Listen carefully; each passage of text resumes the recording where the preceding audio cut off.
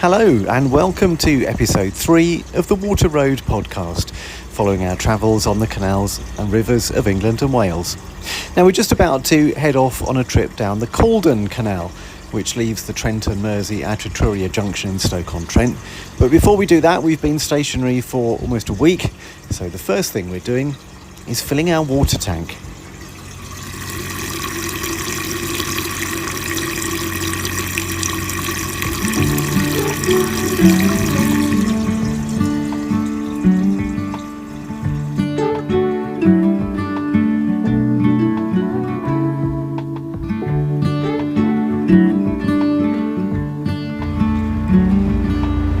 There's always something a bit special about canal junctions, and Etruria is a really attractive one. So we're coming from the north, and coming this way the Trent and Mersey carries on through the first of the 5 Stoke locks, and the Caldon Canal goes off to the left with just a slight left-hand turn. Coming the other way, it's an extremely tight turn to get from the Trent and Mersey onto the Caldon.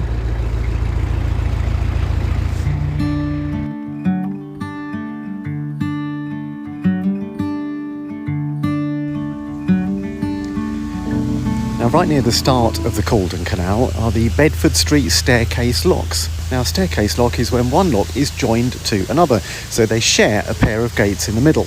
The important thing to remember with a set of locks like this is whether you're coming up or down, you have to start with the bottom lock empty and the top lock full, which is what we've done. The boat's now in the bottom lock, and I'm going to start filling the bottom lock with the water that's in the top lock.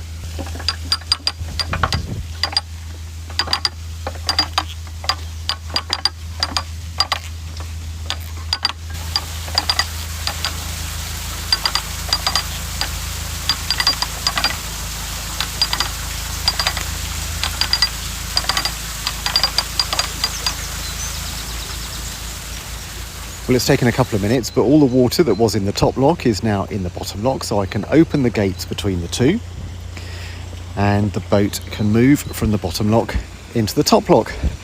And then I can just shut the paddles between them, shut the gates behind the boat, and then we'll fill the top lock.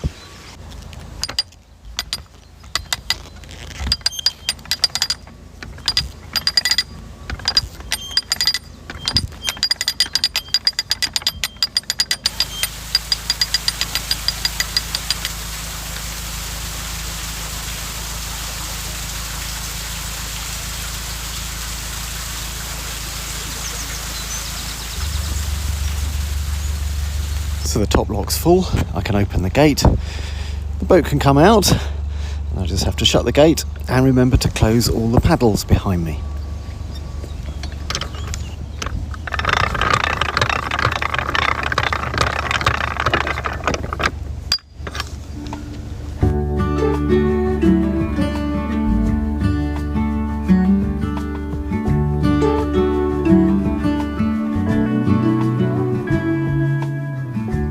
We've come about 11 or 12 miles on the Caldon Canal from the locks at Bedford Street, and we're now at Cheddleton in the Staffordshire moorlands.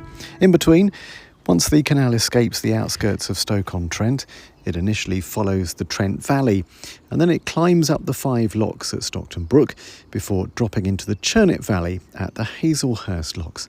And below the locks, between there and Cheddleton, it's a lovely section right through woodlands with the hills up to one side.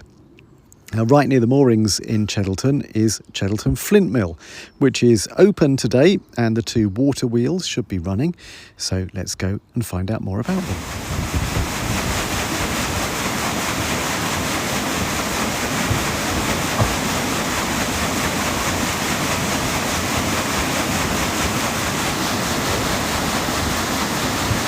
Right, so I'm at the Cheddleton Flint Mill, and I'm with Barry, one of the trustees here.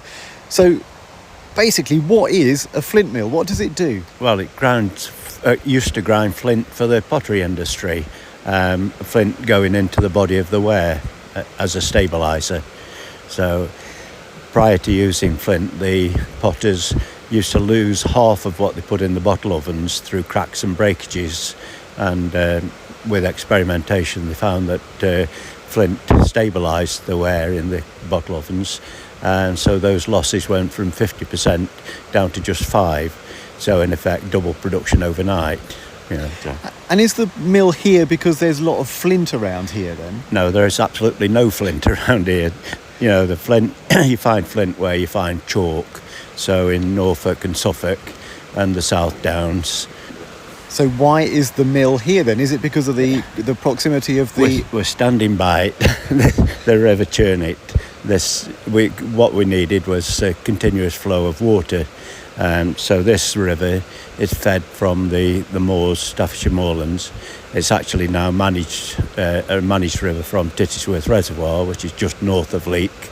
And as you can see behind you, we've got 2 water wheels, George and Helen, and they require about 700 millimetre head of water to operate.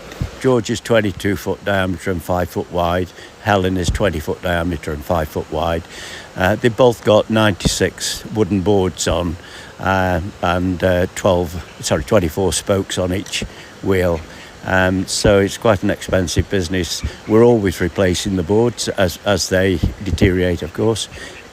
So we look for funding to help us to pay for that operation. But we're pretty slick now on changing boards and spokes. And I was watching the sluices being raised to start the wheels. It doesn't actually take that much water to get them going, does it? No, it's not the volume of water. It's the head of water that we use. So we only open the sluice gates about 75 to 80 millimetre. And people might think that the canal was quite important to the mill, but actually the mill came first, didn't it? Absolutely, yeah. The canal was commissioned in 1779. It's a true Brindley canal, even though it was commissioned 7 years after his death. Brindley did, in fact, survey this canal. The first record of a mill on site is 1254, and then it was a corn mill, of course. And that was our south mill, which we call the Caldon Mill. Yes, it was converted to flint around 1700. And then to take advantage of the canal, passing our front door, we built the North Mill, which is the Edwards Mill. And so we doubled our production, So the canal did actually help the mill then? Oh, absolutely. I mean, prior to the canal, everything had to come in by cart. So the flint was brought by navigation to just south of Nottingham, and then by turnpike roads to ourselves. And of course, turnpike roads were all toll roads, so it's quite an expensive business bringing flint up by cart. Once the canal was cut, we could bring what's called pebble flint down the canal system from originally Chester and then later Liverpool, all the way to ourselves here at Cheddleton, so it's a lot cheaper. And then when the flint was ground down, would that product go back to the potteries by canal as well? It would indeed, yes. You see the tank behind you, that was used to send the liquid, we called it slop at this point. The liquid slop was sent down in tanks like that, 2 of them side by side in a barge, and a row of them, of course. And if the potters wanted it as a semi-solid, then we could dry the flint and send it down as a cake, what we called a cake. So it palletised, and again it went down by canal.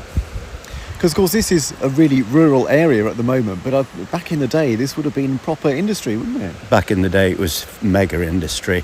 The whole of this valley was turned over to basically products related to lime. And just tell me a bit about the charity that looks after the Cheddleton Flint Mill now. We're managed by a board of trustees and actually run by volunteers. We have no full-time staff, and we have no fixed incomes other than donations from visitors. So if we've got a major project, which we have at the moment, we've got 2 major projects on. Firstly is rebuilding the river bank that was washed away during the floods, and the kilns behind us. We've got a bulge on the side wall.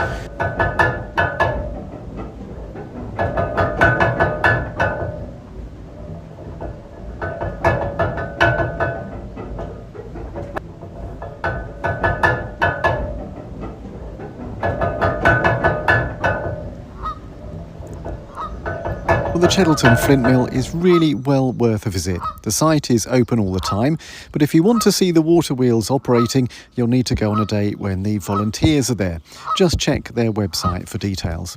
And if you have a little more time in Cheddleton, it's worth walking up the hill to the church in the old part of the village. It has some interesting pre-Raphaelite stained glass windows. Well, that's it from Cheddleton on the Caldon Canal. The Water Road podcast is produced and presented by me, Adam Porter.